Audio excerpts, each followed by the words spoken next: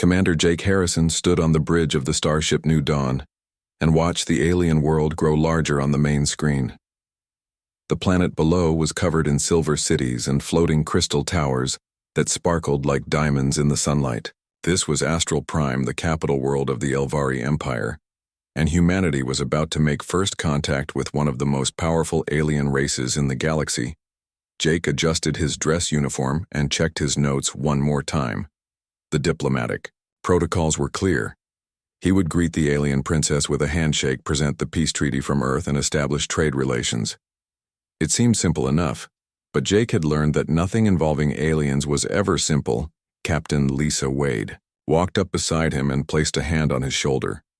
She had been his friend since their academy days and knew he was nervous about this mission. "Jake, you have done this before," she said in her calm voice. "Remember the Centauri negotiations? You handled those perfectly. This is different," Jake replied as he watched their shuttle prepare for launch. "The Elvari are ancient and powerful. They have technology we barely understand, and they control 3 star systems. If we mess this up, Earth could end up at war with beings who can move planets." The shuttle bay doors opened and Jake walked toward his transport ship. Lieutenant Amy Foster was waiting at the controls along with a small diplomatic team. They would fly down to the Crystal Moon, where the meeting would take place. The Elvari had chosen a neutral location away from their main cities, which made everyone nervous as they flew through the alien atmosphere. Jake noticed something strange. There were no other ships in the sky, and the crystal cities below seemed almost empty. It was as if the entire world was holding its breath, waiting for something to happen. The landing platform was made of some kind of living crystal that hummed with energy. As soon as their shuttle touched down, the crystal began to glow with soft blue light.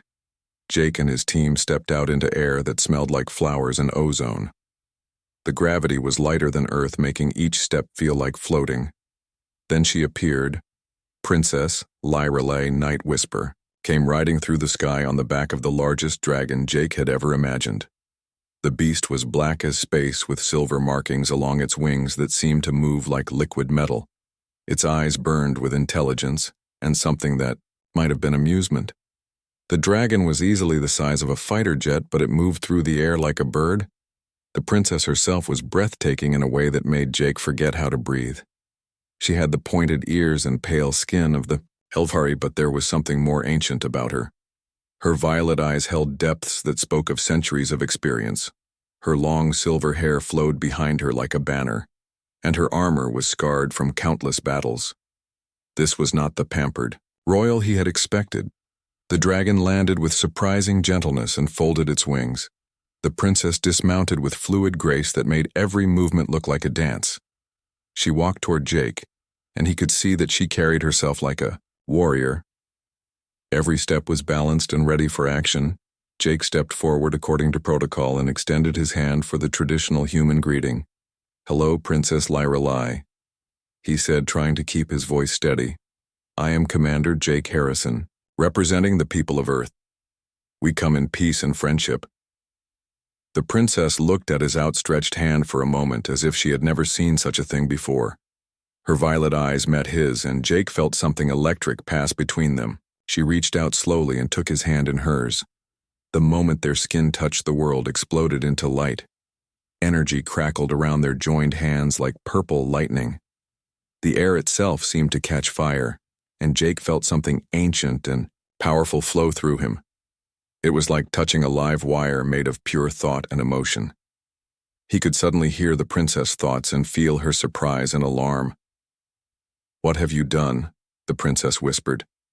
But Jake could hear her voice in his mind as well as his ears. The dragon behind her roared, and the sound shook the crystal platform. Jake could feel the beast emotions too, a mixture of shock and something that might have been approval. Ancient magic that had slept for 1,000 years was awakening, and it was using Jake as its focus. More figures appeared around the platform. Emperor Valdris Night Whisper materialized out of thin air along with a dozen guards in flowing robes. The emperor was tall and regal with the same violet eyes as his daughter, but his face showed both wonder and fear.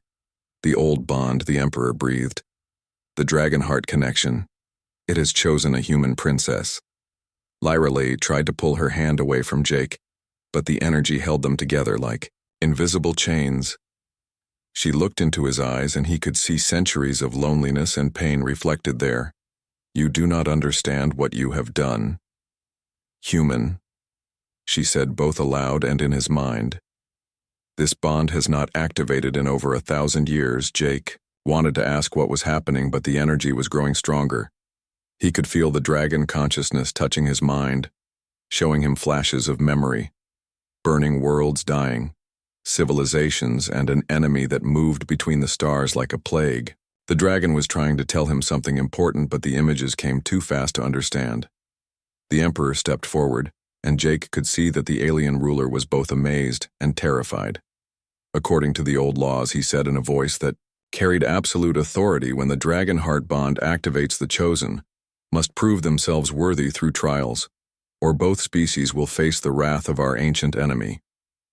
What enemy? Jake managed to ask, though speaking took great effort, with the energy still flowing through him.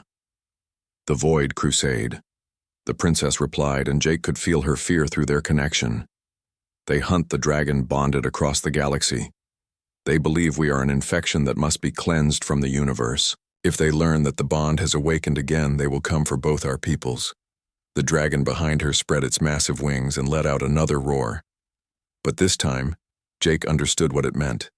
The beast was issuing a challenge to something far away in the depths of space, something that had been hunting its kind for centuries. As the energy finally began to fade, Jake found himself still connected to both the princess and her dragon. He could feel their thoughts and emotions as if they were his own. The princess was afraid not for herself, but for what his innocent handshake might have awakened. You must understand, human, she said, as the purple light faded from around their hands. You are no longer just a diplomat. You are now bound to me by magic older than your civilization. This bond will either save both our species or destroy them. Jake looked around at the alien faces surrounding him. All of them were staring at him with expressions of hope and terror. He had come here to negotiate a simple trade agreement. Now he was somehow connected to an alien princess and her dragon in a magical bond that could determine the fate of two civilizations. In the distance, something howled in the void between stars. It was a sound full of hate and hunger, and it was getting closer. The dragon turned its great head toward the stars, and Jake felt its ancient memories flooding through the bond. Somewhere out there in the darkness, ships were moving, ships filled with beings who had declared war on consciousness itself. And now they knew where to find Earth. Jake. Harrison had come to shake hands with an alien princess. Instead, he had awakened something that had been sleeping for 1,000 years and marked both their worlds for destruction. The real question now was whether he could learn to use this strange new power before their enemies arrived. Captain Wade's voice crackled through his communicator. Jake, what is your status? We are reading massive energy signatures from your location. Jake looked at Princess Lyra and saw his own fear reflected in her violet eyes. He was no longer just a human diplomat.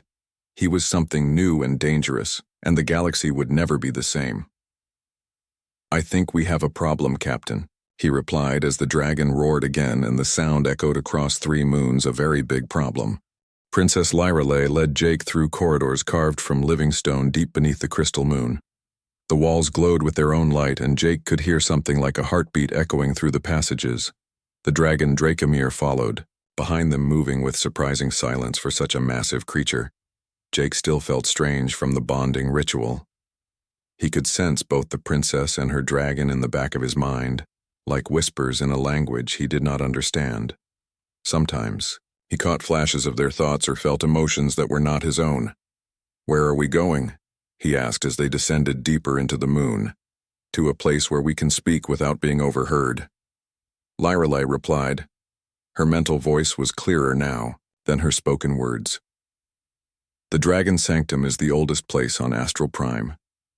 It is where my people first learned to bond with the great dragons. They emerged into a vast cavern filled with ancient machinery that hummed with power. Crystals the size of buildings grew from the floor and ceiling, creating a forest of light. The air shimmered with energy, and Jake could feel the weight of centuries pressing down on him. "This is where it all began," Lyrelay said as she walked to the center of the chamber. "Long ago, when the universe was young, my people discovered that some minds could link with the great dragons. The bond created warriors with powers beyond imagination, dragon hearts who could share consciousness across vast distances." Jake watched as she placed her hand on a crystal pillar. The entire chamber responded, lighting up with patterns that hurt to look at directly. Through the bond, he could feel what she was feeling. The loneliness of being the last of her kind, the weight of responsibility, and something else. "Fear what happened to the others?" Jake asked, though he suspected he already knew the answer. "The Void Crusade found us." Drakemeyer spoke for the first time, his voice like distant thunder in Jake's mind. "They came from the dark spaces, between galaxies, claiming that consciousness was an infection that had to be burned away. One by one, they hunted down every dragon rider, every bonded pair." Lyrelay turned to face Jake, and he saw tears in her violet eyes. "For 300 years, Drakemeyer and I have fought them alone. We are the last. We have watched entire civilizations fall to their hatred of what they call the joining of minds." Jake felt a chill that had nothing to do with the cool air in the cavern. "What do they want? To return the universe to what they believe is its pure state?" Lyrelay replied. "No consciousness, no emotions, no bonds between living things. Just empty matter floating in the void. They serve something older and more terrible than you can imagine through the bond." Jake suddenly saw what she meant. Images flooded his mind. Fleets of black ships sweeping through star systems, planets stripped of all life, entire species reduced to dust. The Void Crusade was not just an army. It was a force of cosmic entropy made manifest. "But now you are here," Drakemeyer said, and Jake felt something like hope from the ancient dragon. "Your kind has something we have never seen before. Resistance to the mind, weapons that turn other species into slaves." "What do you mean?" Jake asked. The princess walked closer to him, and Jake could feel her studying his thoughts through their bond. "When we first encountered your people 20 years ago, we learned that human minds work differently. You process information in patterns that the Crusade cannot predict or control. That is why they have not attacked Earth yet. They do not understand you." Jake thought about this. It explained why humanity had been left alone, while other species fell to the Crusade. But it also meant that Earth was living on borrowed time. "There is more," Lyrelay continued. "The bonding ritual has awakened something in you, something that has been sleeping in human genetics for thousands of years. You have the potential to become like us. A dragon heart. What does that mean?" "Means you must face the trial of flames," Drakemeyer explained. "Every potential dragon heart must prove themselves worthy. The trial has killed every candidate for 300 years. Jake felt his stomach drop. "How encouraging." Lyrelay placed her hand on his shoulder. The touch sent warmth through the bond. "I will not lie to you, Jake Harrison. The trial is deadly, but if you succeed, you will gain access to powers that could save both our peoples. If you fail, then I die." Jake finished, "Or worse." Drakemeyer added, "You could survive but lose your mind. The trial does not just test your body. It tests your very soul." Jake looked around the ancient chamber at technology and magic beyond his understanding. He thought about Earth and the billions of people who had no idea they were being hunted by cosmic fanatics. He thought about his friends on the New Dawn and what would happen if the Void Crusade found them. "I have to try," he said. The trial began immediately. Lyrelay led him to another part of the chamber where pillars of fire rose from the stone floor. The flames burned without heat, but Jake could feel them testing something deeper than his flesh. They probed his mind, looking for weaknesses.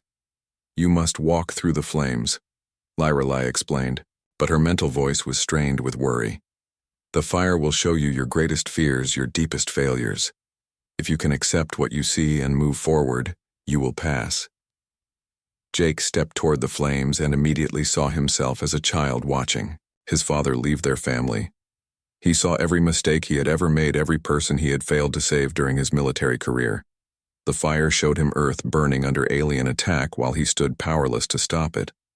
But then something unexpected happened. Instead of being paralyzed by the visions, Jake began to analyze them like a tactical problem. He had learned from his failures, used them to become a better officer. The fear of losing Earth drove him to find solutions, not surrender. Lyrelay watched in amazement as Jake walked through flames that had broken countless other candidates. His human mind was processing the trial differently. Instead of being overwhelmed by emotion, he was using logic and determination to push through. "You fight like no one I have ever seen," she said through the bond. Jake reached the center of the fire circle and felt something change inside him. The bond with Lyrelay and Dracomir deepened until he could feel their thoughts as clearly as his own. He understood now that the trial was not about facing fear. It was about accepting connection with others, even when it meant sharing their pain. Suddenly, alarms began blaring throughout the sanctum. Red lights flashed, and Jake could hear explosions. Echoing through the stone passages, "We are under attack," Dracomir roared. "The crusade has found us." Dark figures in flowing robes poured into the chamber carrying weapons that hummed with deadly energy. Their faces were hidden behind masks, but Jake could feel the cold emptiness where their emotions should have been. These were beings who had given up their humanity in exchange for power. Princess Lyrelay drew a sword that blazed with the same purple energy as their bond. Fire began to dance around her hands as she prepared to fight. Jake wished he had a weapon, but then realized he did not need one. Through the bond, he could coordinate with both Lyrelay and Dracomir in ways no enemy could predict. He called out tactical positions while she used her magic, and the dragon breathed streams of silver fire. The combination of human strategy and alien power created a fighting style the crusade had never encountered. They drove off the attackers, but Jake knew this was only the beginning. The enemy had found them, which meant they knew about Earth. The trial had awakened his powers, but it had also painted a target on both their worlds as the last crusade soldier fell. Dracomir turned his great head toward the ceiling of the cavern, as if listening to something far away. "They are coming," he said.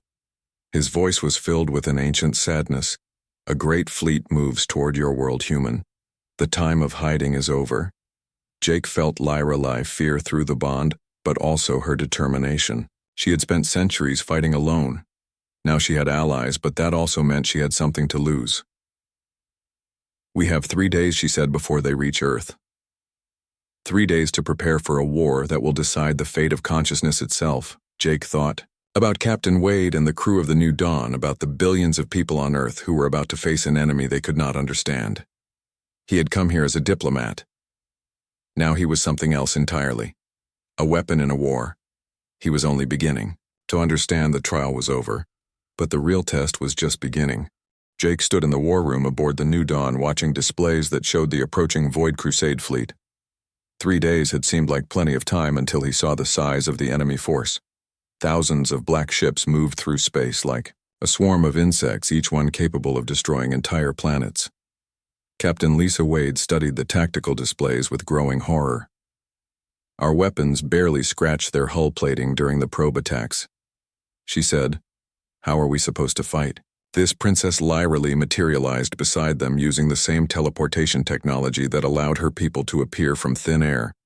Her face was grim, and Jake could feel her emotions through their bond. She was afraid, but trying not to show it. "Your weapons work differently than ours," she explained. "The Crusade has spent centuries adapting to energy weapons and magical attacks, but human kinetic weapons and your quantum torpedoes use principles they have not encountered before. That still does not explain how a few dozen ships can stop thousands." Jake replied. He could feel Dracomir's presence in his mind. The dragon was orbiting the fleet in space, providing reconnaissance. "There is something else," Lyrelay said, and Jake felt her reluctance. "To speak, the bond between us is not complete. If we finish the ritual, we will gain access to the full power of the dragon heart magic, but the process might kill us both." Jake looked at her violet eyes and saw centuries of loneliness reflected there. "What do you mean, not complete?" "The joining of minds requires total trust," she explained. "When two beings become dragon heart bonded, they share everything: thoughts, memories, emotions. There are no secrets, no barriers between them. Many cannot survive such intimacy. Through their partial bond, Jake could sense what she was not saying. She was dying. The dragon magic that kept her alive was fading because she was the last of her kind. The bonding with a human might save her, or it might kill them. Both Emperor Valdris entered the war room accompanied by several figures Jake had never seen before. An elderly human woman in a military uniform stepped forward, and Jake was shocked to recognize the face from missing person reports, Commander Helen. "Cross," she said, extending her hand. "I have been working with the Elvari resistance for 20 years. Jake stared at her. "You were listed as killed in action during the Proxima incident. The Emperor wanted humanity to think I was dead." Helen explained. "It was safer that way. I have been helping coordinate the underground war against the Crusade. Most of the galaxy thinks the Elvari Empire is just another powerful civilization. The truth is, we are the last free government in this part of space." She activated a holographic display that showed star maps with areas marked in red. "Over half the galaxy has fallen to the Crusade." She continued, "They do not conquer worlds. They sterilize them of all conscious life. Your Earth is one of the last major civilizations they have not touched." Why, Jake asked. "Because they do not understand humans yet." Helen replied, "Your minds work in patterns that confuse their battle computers. They have been studying you for decades, trying to figure out how to break your species. But now that the Dragonheart bond has awakened, they cannot wait any longer." Princess Lyralee placed her hand on Jake's arm, and he felt the warmth of their connection. "The bond is already changing you," she said, through their mental link. "You think fast or see patterns that others miss, but if we complete the ritual, the transformation will be permanent." Jake looked around the room at the faces of people depending on him. Captain Wade, who had been his friend since the Academy Emperor. Valdris, who was risking everything on the hope that humans could make a difference. Commander Cross, who had sacrificed 20 years of her life to fight a secret war. "What happens if we do not complete the bond?" he asked. "Then we fight with what we have," Lyralee replied. "But our chances of survival drop to almost nothing. The Crusade has never been defeated in open battle." Jake closed his eyes and reached out through the partial bond. He could feel Dracomir flying through space between the human and Elvari fleets. The dragon was ancient and wise, and through their connection Jake could sense his thoughts. The great dragon had seen the rise and fall of civilizations, had watched his own kind die one by one in the war against the Crusade. But he had never given up hope. And now that hope was focused on a human diplomat who had stumbled into powers beyond his understanding. "We do the ritual," Jake said, opening his eyes. "I did not come this far to quit now." The bonding chamber was located in the heart of a dying star. The Elvari had built a station inside the stellar core where the intense energy could fuel their most powerful magic. Jake and Lyralee stood facing each other while Dracomir coiled around them, both his massive form barely fitting in the chamber emperor. Valdris began the ancient words while energy from the star flowed around them. Jake felt the princess mind opening to his every memory, every emotion laid bare. He experienced her centuries of life, the battles she had fought, the friends she had lost, the terrible weight of being the last guardian of her people. At the same time, she was experiencing his human memories. Growing up on Earth, his training as a soldier, his hope for peace between species. She felt his determination, his refusal to give up even when facing impossible odds, but something was wrong. The ritual was taking too long, and Jake could feel both of them weakening. The ancient magic was fighting against something trying to complete the bond but meeting resistance. Then the alarms started blaring. Crusade ships had arrived early. Their black vessels poured out of hyperspace like a tide of darkness. The station shook under bombardment, and Jake could hear the sound of battle echoing through the corridors. "We have to finish this now," Lyralee said through gritted teeth, "but the energy required might kill us both." Jake looked into her eyes and made his choice. "I would rather die trying than live, knowing I gave up." He reached deep into the bond and felt something click into place. The energy from the star flowed through both of them, binding their minds together in ways that transcended physical law. Jake felt himself becoming something more than human, while Lyrelai gained access to human determination and tactical thinking. But the transformation came at a cost. Jake could feel the star magic burning through his nervous system, changing him at a cellular level. He was becoming something new, but the process might destroy his human identity in the process. Through the bond, he felt Lyrelai fear not for herself, but for what she might be taking from him. The dragon heart power came with a price. Everything that made him uniquely human might be lost. Then Jake had an idea. Instead of fighting the transformation, he embraced it. But on his own terms, he held on to his human memories, his connections to Earth and his friends. He let the magic change his body, but kept his mind anchored in humanity. The result was something unprecedented. A dragon heart who was still fully human. A bridge between two different approaches to consciousness. The bonding completed just as Crusade soldiers broke into the chamber. Jake felt power flowing through him, unlike anything he had ever experienced. He could sense every ship in the battle, feel the thoughts of his allies, coordinate their movements with perfect precision. But more importantly, he was still himself. Still, Jake Harrison from Earth.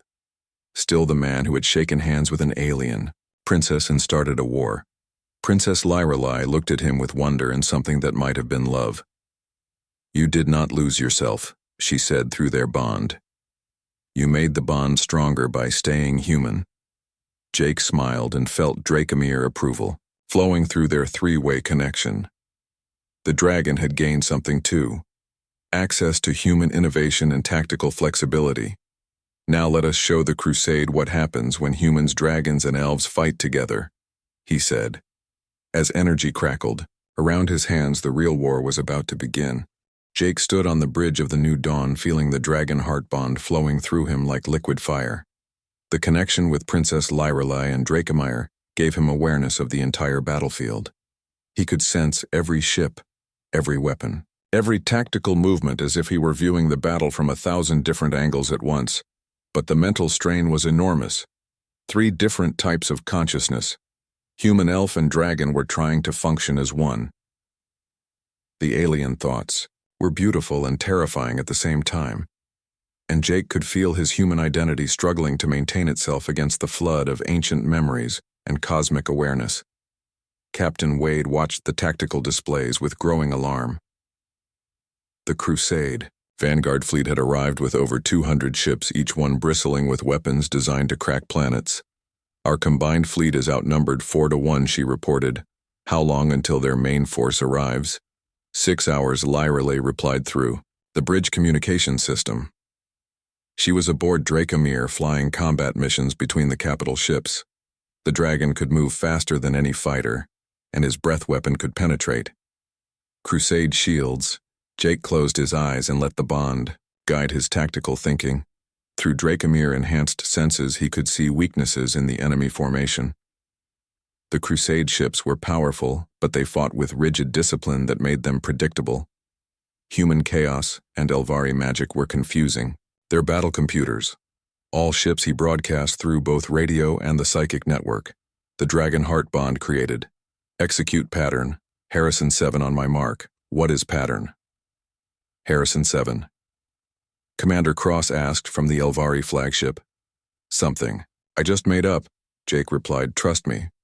The combined human and Elvari fleet suddenly broke formation in what looked like complete chaos. Ships scattered in all directions, firing wildly and seemingly at random. The Crusade commanders must have thought their enemies had panicked because they moved to surround and destroy the scattered vessels. But Jake was coordinating every movement through the dragon bond. What looked like chaos was actually a complex dance designed to lure the enemy into a trap. When the Crusade ships moved to their predicted positions, the scattered Allied fleet suddenly reformed into a perfect sphere with the enemy trapped inside. The result was devastating. Caught in crossfire from all directions, the Crusade Vanguard lost 30 ships in the first minute. But Jake knew the victory would be temporary. The enemy was already adapting to the new tactics. "Princess." Lyrelai landed Dracomir in the New Dawn hangar bay and ran to the bridge. Her armor was scorched from battle, and Jake could feel her exhaustion through the bond. "They are using some kind of analysis weapon," she reported. The longer we fight, the more they learn about our tactics. Jake nodded. He had felt it too through the dragon senses. Something was studying their battle patterns, learning to predict their moves. The Crusade was not just a military force, it was a learning organism that adapted to every new threat. We need to find their command ship, Jake said. If we can disrupt their coordination. There is no command ship. Commander Cross interrupted through the communication channel. The Crusade operates through a hive mind. Every ship is connected to a central intelligence that exists outside normal space-time. Then how do we fight something like that? Captain Wade asked. We do not. Lyreley said grimly. We run. We find the location of their primary weapon and destroy it before they can use it on Earth. Jake felt something cold touch his mind through the bond. What primary weapon? The Soul Render. Dracomir spoke, his ancient voice heavy with dread. A device that can drain the life force from entire star systems. The Crusade has been building it for centuries, waiting for the right moment to use it through their psychic connection. Jake suddenly saw images from the dragon memories, a weapon the size of a small moon hidden somewhere in the void between galaxies. It was designed to do more than destroy planets. It would unravel the very concept of consciousness itself. How do we find it? Jake asked. There is only one place that has the records we need, Lyreley replied. The Dragon Forge where the ancient weapons were created, but reaching it means passing through the shattered nebula, where the ghosts of dead dragons drive travelers insane. Jake felt a chill that had nothing to do with the cold bridge air. A graveyard of dragons in a nebula that could drive people mad. It sounded like a trap. It is a trap, Dracomir confirmed through the bond. But it is also our only hope. The forge contains weapons that could pierce the Soul Render defenses, but we must hurry. The Crusade main fleet will reach Earth in 5 hours. The journey to the shattered nebula took 2 hours through hyperspace. Jake spent the time trying to understand the flood of information flowing through the dragon bond. The ancient memories showed him civilizations that had risen and fallen long before humanity had even discovered. Fire Princess Lyreley worked beside him, translating the dragon knowledge into tactics that human and Elvari minds could understand. The bond was changing all three of them. Jake could feel his human perspective influencing the way she thought, while her Elvari wisdom was expanding his understanding of the universe. But the bond was also revealing disturbing truths about their enemy. The Void Crusade was not just another alien species. They were something far worse. Future versions of various species, including humans who had evolved beyond the need for emotion or individual consciousness. They served the Entropy Lords, Lyreley explained, as they entered the nebula, beings from outside our universe who view consciousness as a cosmic mistake. They believe that the universe should return to a state of pure energy without thought or feeling. The shattered nebula was a maze of gas clouds and floating debris that had once been dragons. Each particle of dust was charged with psychic energy from the death of creatures older than worlds. Jake could hear whispers in languages that had been dead for millions of years. Then they found the other survivors. A human ship appeared on their sensors, broadcasting old Earth military codes. Commander Helen Cross was already in communication with them. This is incredible, she said. Her voice was filled with excitement. We are not alone out here. The ship was the Earth vessel Ranger commanded by Captain Amy Foster. The woman had been leading refugee fleets away from Crusade attacks for months. She had somehow made contact with other species hiding in the nebula. Jake, Amy said when they met in person. I thought you were dead. Reports of my death were greatly exaggerated. Amy replied with a tired smile. Jake, you look different. Something about your eyes. The dragon bond, Jake explained. I am still me, but I am also connected to Princess Lyreley and her dragon Dracomir. Amy nodded as if this kind of thing happened every day. These days, nothing surprises me, Jake. I have been working with a group of Drakmari engineers, the reptilian people who originally built the dragon bonding technology. They have been hiding here for generations. The Drakmari were unlike any aliens Jake had encountered. They looked like intelligent crocodiles, but their technology was based on living metal that responded to emotional commands. Their chief engineer Kathek explained the situation through a translation device. "The Dragon Forge still functions," he said, in a voice like grinding stone. "But it has been sealed by ancient magic. Only a true Dragonheart can open it, and the weapons inside come with a terrible price." "What kind of price?" Jake asked, though he suspected he already knew. "The weapons were designed to fight beings like the Entropy Lords," Kathek explained. "To use them, someone must sacrifice their connection to this reality. They become a guardian between dimensions, able to fight the forces that threaten consciousness itself. But they can never return to normal life." Jake looked at Lorelei and felt her fear through the bond. Not fear of death, but fear of losing him just when they had found each other. The Dragon Heart bond had given them something neither had expected: love that transcended species. Through Dracomire ancient memories, Jake saw the truth.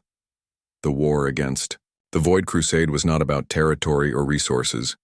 It was about the right of consciousness to exist in the universe. The Entropy Lords viewed thoughts, emotions, and individual identity as violations of cosmic law. Princess Lorelei took his hand, and Jake felt her determination flowing through their connection. "Together," she said through the bond. "We face this together." Jake nodded and looked out at the swirling clouds of the nebula, where the ghosts of ancient dragons whispered secrets in dead languages. Somewhere beyond the gas and debris was a weapon that could save both their worlds, but using it would mean becoming something that could never go home again. The choice was no choice at all. Jake had come too far to quit. Now time to save the universe, he said, and meant it. The Dragon Forge floated in the heart of the shattered nebula like a metal moon, covered in symbols that hurt to look at. Directly, Jake could feel the ancient power radiating from the structure through his bond with Princess Lorelei and Dracomire. This was where the first Dragon Riders had forged weapons capable of fighting entities from outside reality itself. Jake stood before the sealed entrance, trying to understand the flowing script carved into the metal. The words seemed to move and change as he watched them. The Drakmari engineer Kathek stood beside him, running scaled fingers over translation devices. "The inscription is a warning," he said in his grinding voice. "It speaks of weapons that can wound concepts themselves. But the price for using them is becoming a bridge between dimensions. The wielder must sacrifice their connection to normal reality." Through the dragon bond, Jake could feel Lorelei fear. She had already lost everyone she cared about over the centuries. Now, she faced losing him just when they had found love that transcended species. But he could also feel her determination. They had come too far to stop now. Above them, in space, the battle for Earth had already begun. Captain Lisa Wade was leading the combined human and Elvari fleets against impossible odds, while Jake sought weapons that might tip the balance. The Void Crusade main fleet had arrived with thousands of ships, and their soul render weapon was powering up for a strike that would drain all life from the solar system. Jake pressed his palm against the sealed door and felt the Dragon Heart bond respond. Ancient mechanisms clicked into place, recognizing the connection between human, elf, and dragon. The massive doors began to open, revealing corridors lined with weapons that seemed to be made of crystallized starlight. "This way," Dracomire said through their mental link. His ancient memories guided them through passages that had not been walked in over 1,000 years. The dragon could sense where the most powerful weapons were kept. They found it in the central chamber. A suit of armor that seemed to be made from the fabric of space itself. It was beautiful and terrifying at the same time, covered in patterns that shifted between dimensions. The moment Jake looked at it, he understood what it was. Dimensional guardian armor. Princess Lorelei breathed. The ultimate weapon against the Entropy Lords. But Jake, if you put it on, you will never be fully human again. You will exist partially in other realities, fighting threats that normal people cannot even perceive. Jake reached out to touch the armor and immediately felt its power. The suit would amplify the Dragon Heart bond 1,000-fold, giving him the ability to fight beings that existed outside normal spacetime. But it would also lock him into that role forever. He would become a guardian standing watch against cosmic threats for all eternity. Through the bond he felt Lorelei anguish. She loved him, but she also understood the necessity. The Void Crusade served forces that wanted to reduce the universe to lifeless energy. If someone did not stand against them all, consciousness would eventually be extinguished. Captain Wade's voice crackled. Through his communicator, Jake. Whatever you are planning, you need to do it now. The Soul Render is charging for a full system strike. We have minutes before Earth dies. Jake looked at Lyra Lee and saw his own fear reflected in her violet eyes. But he also saw something else, acceptance and love that would endure across dimensions. I have an idea, he said as he reached for the armor. But I need your help. What do you need her to do? Drakemeyer asked. Jake smiled as the plan formed in his mind. Instead of one guardian becoming partially dimensional, what if we become something new? 3 minds linked across realities, but still anchored to this one. We would be more powerful than any single guardian, and we could take turns bearing the burden. The armor responded to their combined will, reshaping itself to accommodate 3 linked consciousnesses.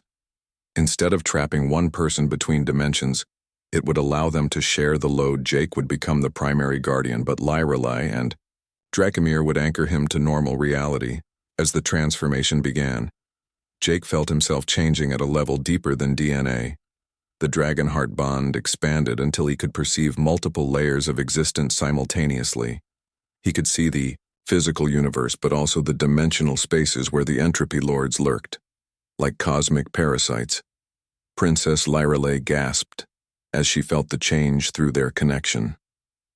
You are becoming something beyond human, she said, but also beyond anything that has existed before. Jake opened his eyes and saw reality with perfect clarity. The Soul Render was not just a weapon, it was a tear in the fabric of existence itself, designed to let the entropy lords pour through and devour consciousness. But now he could fight them on their own level. Time to end this war, he said, and stepped into the space between dimensions. The battle above Earth had become desperate. Captain Wade watched her fleet being systematically destroyed by the Crusade forces. The alien ships fought with perfect coordination, while the Soul Render weapon charged for its final strike. Then something impossible happened. Jake appeared in space without a ship or life support, surrounded by energy that made the stars look dim. He moved between the Crusade vessels like lightning, disabling their weapons with touches that seemed to unravel the very concept of destruction. Through the dragon bond, Princess Lyra Lee and Dracomir could share his perception. Jake was fighting on multiple levels of reality, simultaneously battling the Void Crusade in normal space, while also confronting the entropy lords in their dimensional strongholds. But the real shock came when the Soul Render fired. The weapon beam that should have drained all life from Earth instead struck Jake directly. He absorbed the cosmic death energy and transformed it, channeling the power back toward its source. The Soul Render exploded in a blast of pure creation energy that restored life to systems the Crusade had previously sterilized. The Void Crusade fleet began to retreat, but Jake was not finished. He reached out across dimensions and touched the minds of every Crusade soldier, showing them what they had lost in their quest for empty perfection.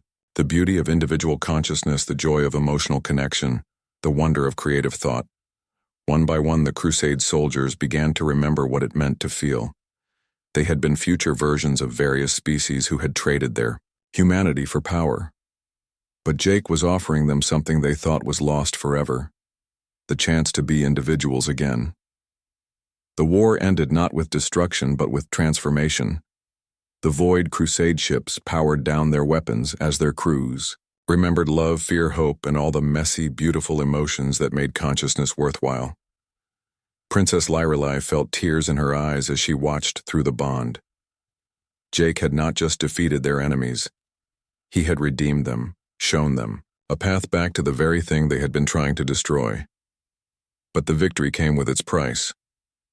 Jake now existed partially in multiple dimensions. He could still visit normal reality, but he would always be aware of threats from outside the universe. His role as guardian meant eternal vigilance against forces that wanted to unmake consciousness itself. Yet he was not alone. The bond with Lyra Lee and Dracomir meant he would never be isolated in his cosmic role. They shared the burden and anchored him to the world of feeling beings. The love between them had become something that transcended dimensional barriers. 6 months later, Jake stood on the surface of Luna, watching construction of the first human Dragon Academy. Commander Helen Cross was overseeing the project while Captain Amy Foster trained the first group of students who came from dozens of different species. Princess Lorelei approached from behind her footsteps, silent on the lunar dust. The Dragon Bond let her know his thoughts before she spoke.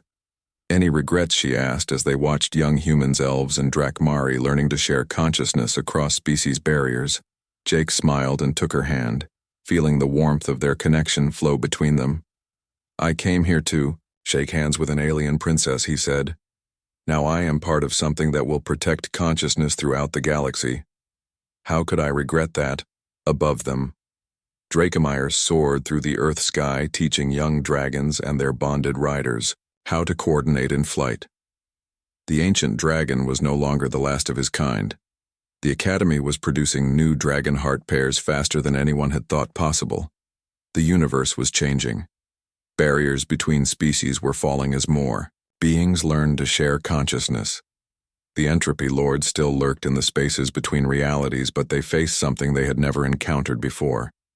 A galaxy united in defense of the very thing they sought to destroy.